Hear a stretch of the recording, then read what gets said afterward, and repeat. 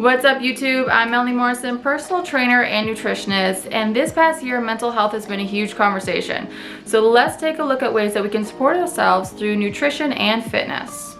So there's obviously tons of things that affect our mental health, whether that's a situation that we go through, or a pandemic, or the environment that we live in, or a pandemic, or a lack of nutrients, or lack of sleep, or a pandemic, or ignoring certain emotional needs, or a pandemic. So let's get into it. Let's look at ways that we can support ourselves through nutrition. And number one on the list has to be B vitamins, because they are essential for your nervous system and your energy levels. And if you're someone who is lacking B vitamins, you will notice that it's hard to digest protein, that you're lacking energy, that you may have a lot of anxiety or be stressed quite often. So B vitamins is on the top of the list because you will probably notice the most difference with your emotional state if you are lacking in B vitamins. So things that are high in B vitamins are things like quinoa, things like liver, if you're willing to go there, or nutritional yeast, which I brought with me, because it's something that I feel like a lot of people don't know what it is. So nutritional yeast, it's something commonly found at most health food stores and now a lot of grocery stores. This is really high in B vitamins, and you can sprinkle it on for some kind of a cheesy flavor whenever you need or want.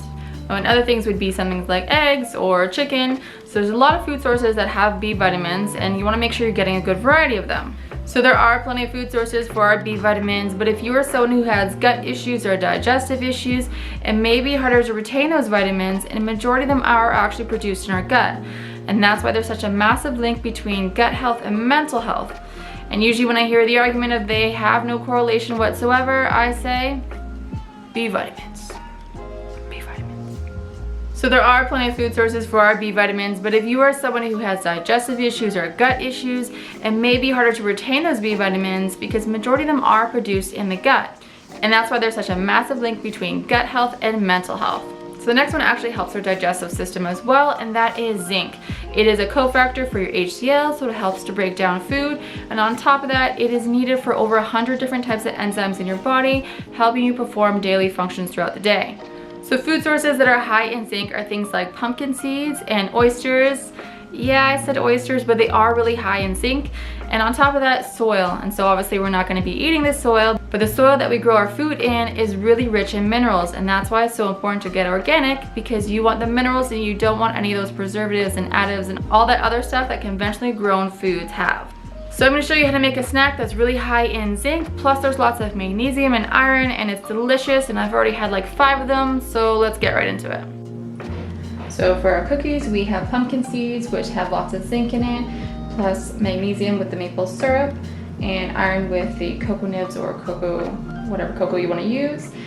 And then we have half a cup of shredded coconut, half a cup of flaxseed, 1/3 of a cup of coconut oil, and then I mix together some psyllium husk for some extra fiber with a little bit of baking soda, 1 teaspoon, and then we also have 1 teaspoon of vanilla.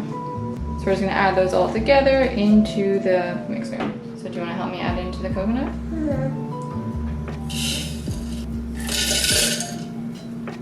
Yep. Oh no, it's all over your finger. And then last but not least, the vanilla. Say vanilla? Vanilla. Good.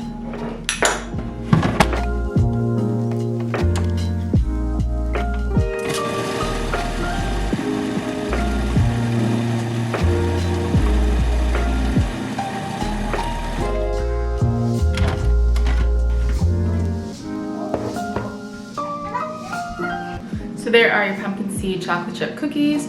You can bake them for about 10 minutes in the oven at 350, or you can actually make them raw and just grind everything up, put it in the freezer, and let it sit for about an hour or 2. And so the next one we'll get into is magnesium, and I've talked about magnesium in almost every single video because it is essential for so many things. It's a natural relaxant, which is so important for stress, and on top of that, it's an anti-inflammatory for brain health. So good food sources of magnesium are things like almonds or hazelnuts, Swiss chard or other leafy greens. So you definitely want to get your greens in for this mineral. And if you are thinking about supplementation, I wouldn't be shy to, because it actually makes a big difference and you can't really overdose. If you do, your bowel movements will be pretty loose, so you'll definitely notice. Let's all just take a quick mental health break and just remember there's kittens in the world. So So next one we'll get into are our omegas, and our omegas are so important for our signaling response system. And what I mean by this is our response to stress and inflammation. And with something like our omegas, it's so important to get something that is fresh and that has not been on the shelf for a long period of time. And whether that is supplementation or food sources. So food sources for our omegas are things like fish, whether it's cod or salmon, and other things like chia or flax or walnuts. So let's get into the next one, and that is a probiotic. And a probiotic is essential for that gut health, and you don't need much of it. So good food sources of a probiotic are things like sauerkraut or kefir. And if you want to go more of the supplementation route, you can try something like this. Easily found at many stores. Super easy, you just take it once a day, and it really helps with that beneficial bacteria in your gut. And again, you don't need much of this stuff, but it definitely goes a long way. Moving on to the next one, and that is adaptogens. And adaptogens are herbs that help us cope with stress. So things like meca powder is something we can easily throw into a snack we're making or a shake, which I will show you how to make. So for our smoothie, we have 1 pear that's been peeled and sliced. We have about 1/4 cup of mint, 1 tablespoon of avocado, a good handful of spinach, a teaspoon of vanilla, and 1 teaspoon of meca powder, which is our adaptogen that we're gonna add into the smoothie to help with our energy and to help with our mood, and mint also helps with that as well. What are you gonna pour in? You're gonna pour in the mint? Good job. And the avocado? Pour it in. And the vanilla. Let's pour that in together. And the meca powder. Can you say meca powder? Yeah, good. And if you want, you can also add some maple syrup if you want more of a sweet taste. And this is for a serving size for just 1 person. Obviously, anything more than that, you'll just double. And then you're gonna add in your liquid. You can add just filtered water, or you can add in some coconut water, or if you want a little bit of a thicker shake, you can add in coconut milk.